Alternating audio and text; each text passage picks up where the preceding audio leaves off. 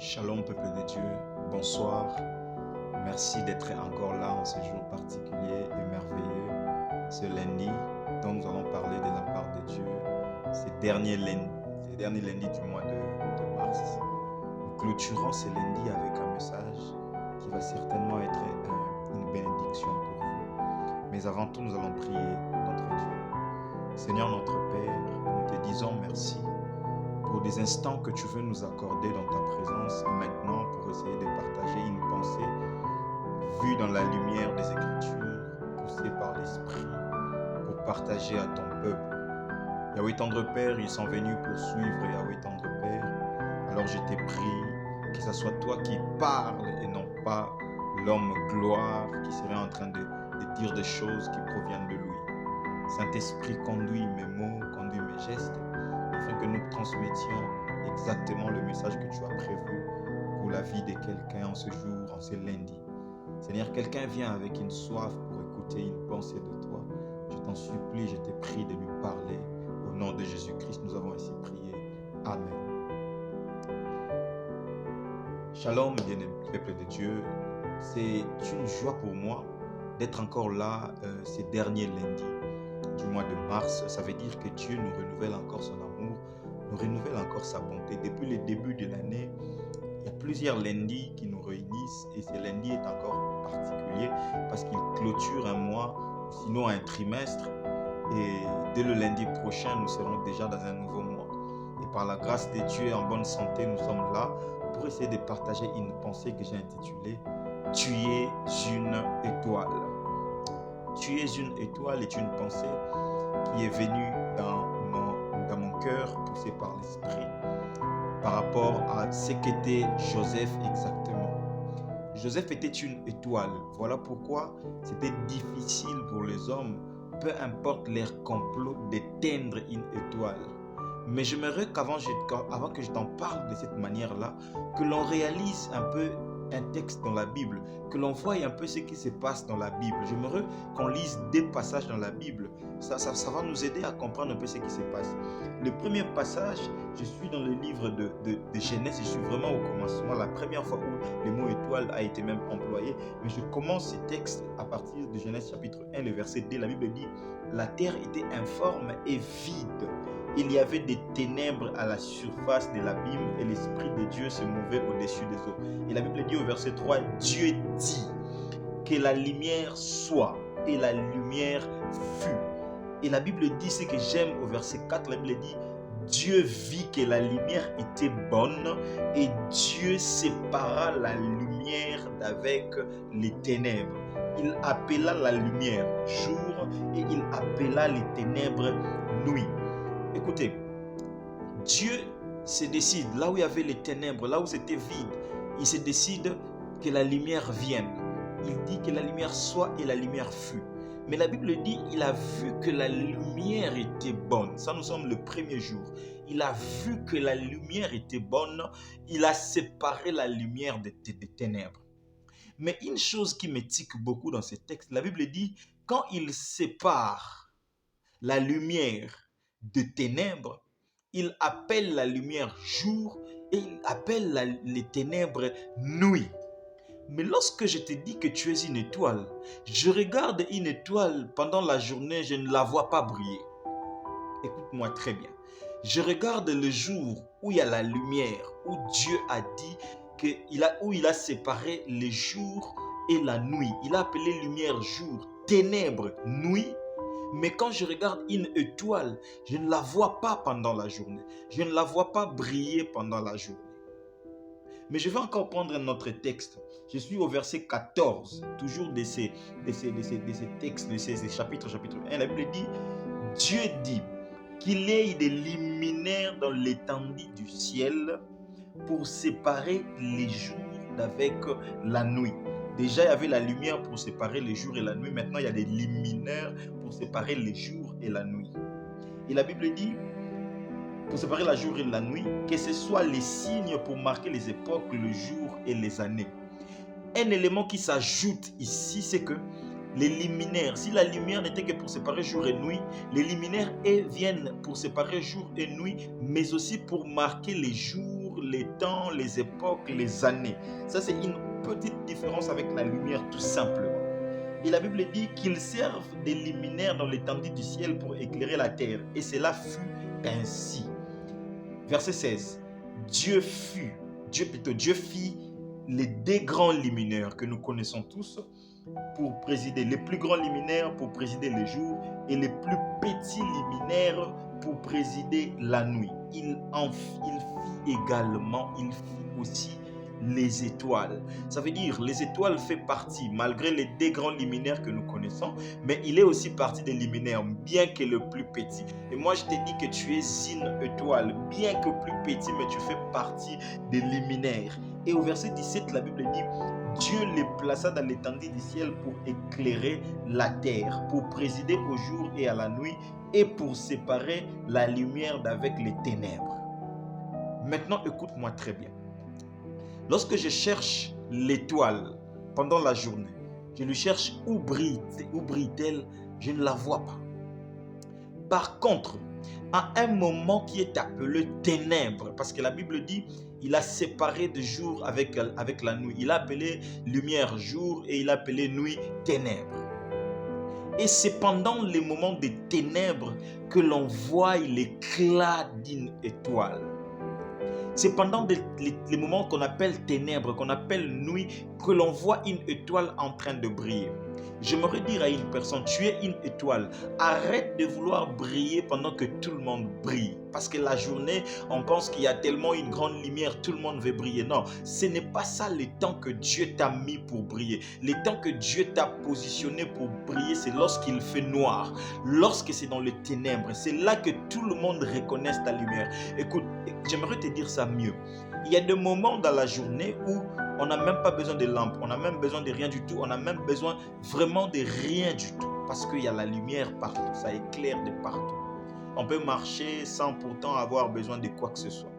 Mais dès qu'il est ténèbres, on a besoin des étoiles. Si ce n'est pas encore, parce que vous savez que la lune sort par saison, si ce n'est pas encore la saison de la lune, on a forcément besoin de nos étoiles.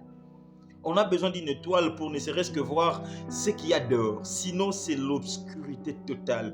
Et toi, tu es une étoile. Même si on t'a négligé pendant la journée parce qu'il y avait le plus grand luminaire qui était en train d'éclairer la journée, boum, lorsqu'il fera ténèbres, les gens auront besoin de toi. Alors, ne te bats pas pour chercher à ce que les gens te considèrent pendant que tout le monde est en train de faire des pavanages à gauche et à droite. Reste tranquille parce que tu es une étoile. Au bon moment, tout le monde aura besoin de toi. Ça, c'est la première chose que j'aime avec l'étoile. Mais la deuxième des choses que j'aime avec l'étoile, c'est que même pendant la journée, elle est toujours là. Ça, c'est la chose que j'aime la plus. Elle est toujours là. Mais seulement les gens ne la voient pas parce qu'il y a un grand luminaire qui éclaire. Mais cependant, même quand on ne la voit pas, on ne peut pas l'écraser. Écoute-moi très bien, j'aimerais mieux te le dire. Lorsque quelqu'un est effacé, tous ceux qui s'appellent ses ennemis cherchent à l'écraser tout simplement pour de bon, parce que c'est le moment où lorsqu'on veut l'écraser, personne ne va s'en rendre compte. Quand il est jour, tout le monde peut écraser l'étoile parce que personne ne va s'en rendre compte. Ce qui donne la lumière, ce n'est pas l'étoile, c'est le soleil pendant la journée. C'est le soleil qui donne la lumière. Donc, si on se mettait à écraser les étoiles pour que lorsque la nuit va venir, qu'on ne se rende même pas compte qu'il n'y a plus des étoiles parce qu'on les avait écrasées. Mais ce qui est bon avec une étoile, même pendant qu'il est jour et qu'il y a encore le soleil qui est en train d'éclairer, il est impossible d'écraser l'étoile parce qu'elle est inécrasable. Permettez-moi le terme, je ne sais pas si ça existe en français, mais je l'ai dit ainsi. Tu ne peux pas l'écraser. Peu importe les complots que tu vas faire, même si tu te réjouis du fait que c'est encore jour, c'est le soleil qui est en train d'éclairer, le moment de ténèbres va arriver et l'étoile va briller. Et j'ai commencé en te disant que Joseph était une étoile. Peu importe ce qu'on a pu faire à Joseph, personne n'a pu écraser ce qu'était Joseph parce qu'il était une étoile. Il était aimé par son père. Permettez-moi, quand je dis elle, c'est une étoile, mais Joseph était aimé par son père. Ça créait la jalousie de ses frères. Il faisait des rêves. Ça créait la jalousie de sa famille. Jusqu'au point où même son propre père l'a posé une question pour lui dire, quand tu rêves de cette manière-là, tu te dis que moi, ta maman et tes frères, nous allons nous prosterner devant toi. Parce qu'il était une étoile. Et ce qui a fait que ses frères l'ont vendu. Même lorsqu'on vend Joseph, il arrive dans la maison de Potiphar. L'ennemi continue à faire dérouler son plan. Il continue à vouloir l'écraser. Mais comme il est inécrasable, même les complots qui pouvaient faire tomber n'importe quel homme, ça n'a pas fait tomber Joseph. Et la femme de Potiphar a cru qu'en lui vendant en lui vendant chez son mari pour qu'il soit mis en prison, c'était une manière d'étouffer son étoile. Or, c'était également une manière de préparer les chemins afin qu'on arrive à un moment où on est le soir, son étoile doit briller. Et quand on en arrive là, quand on arrive en prison, on voit clairement Dieu qui est en train de faire dérouler son plan, qui va aller donner un rêve à un roi qu'il ne saura pas interpréter, qu'on va aller chercher l'étoile en prison. Lorsqu'on cherche l'étoile en prison, on amène l'étoile devant le roi et l'étoile va se mettre à interpréter jusqu'à ce que son moment de briller va arriver et le soir va arriver où Joseph va briller au sommet de l'Égypte. Si pas au sommet, au moins il était là parce que même le roi l'a dit. Ce qui fait que je suis plus grand que toi, c'est juste les titres. Mais en réalité, tu auras plus de responsabilités que moi. Donc, il était vraiment au sommet de l'Égypte, lui qui était étranger. La bonne nouvelle, c'est que quand tu es une étoile, tu n'as pas besoin de demander la permission pour briller. Il est juste question qu'il soit soir. Dès qu'il est soir, en tout cas, tout le monde, tous les pays, toutes les nations verront de ta lumière. Alors, j'aimerais dire à une personne, arrête de te plaindre. Non seulement lorsque tout le monde pense que tu n'es pas là, tu y es, mais personne ne peut aussi t'écraser. Il est juste question du temps, question du bon moment. Joseph faisait confiance en l'Éternel et il savait qu'il y avait un moment précis où lui devait briller. Il est passé beaucoup de temps dans la vie de Joseph, depuis qu'il a fait les rêves jusqu'à l'accomplissement. 13 ans se sont écoulés. Mais ces 13 ans, c'est juste le moment de la journée où le soleil est en train de briller. Tout le monde pense que l'étoile, tu es inutile. Le soleil est en train de donner la lumière. Tout le monde pense que l'étoile, tu n'as pas d'importance. Le soleil est en train de briller pendant la journée. Tout le monde ne voit même pas que l'étoile, tu es là. Tout le monde néglige parce que tu es une étoile. Tout le monde s'est dit que nous avons le soleil, le plus grand luminaire. Il n'y a pas d'importance pour toi. Mais il viendra un moment où on aura besoin de toi. Parce que ce genre de moment, c'est le moment où on sent qu'il y a un danger qui est en train d'arriver après. Parce qu'il y a le soir, il y a un moment donné, on sera 4 heures du matin, 3 heures du matin, 2 heures du matin. Ce sont des moments où il est en train d'expliquer à Pharaon que viendra un moment où nous serons dans l'abondance, mais viendra également un moment où nous serons dans la sécheresse. Et il y a des moments de sécheresse où on ne peut pas sortir dehors s'il n'y a pas des étoiles. Sinon, ça fait noir, qu'on ne peut rien voir. Alors, j'aimerais te dire une chose vraie. Je préfère encore une étoile que le soleil. Parce que le soleil brille la journée. Si on enlève le soleil pendant qu'il est jour, les étoiles qui sont là vont briller même la journée. Ça, c'est la bonne nouvelle. Parce que les étoiles sont même là la journée. Seulement, on ne le voit pas parce que le soleil brille. Mais le moment où les étoiles brillent, le soleil n'est plus là. Il est parti se coucher. J'ai toujours entendu où se couche le soleil. Je n'ai jamais entendu où se coucher les étoiles. Parce que les étoiles, elles sont toujours là. J'aimerais te donner une bonne nouvelle. Tu n'es pas comme le soleil qui va aller se coucher un temps. Tu es une étoile. Même quand le temps de soleil, c'est juste un temps de briller. Mais dès que son moment a pris fin, il va se débarrasser. Plutôt, on va se débarrasser du soleil et on va laisser l'espace aux étoiles de briller.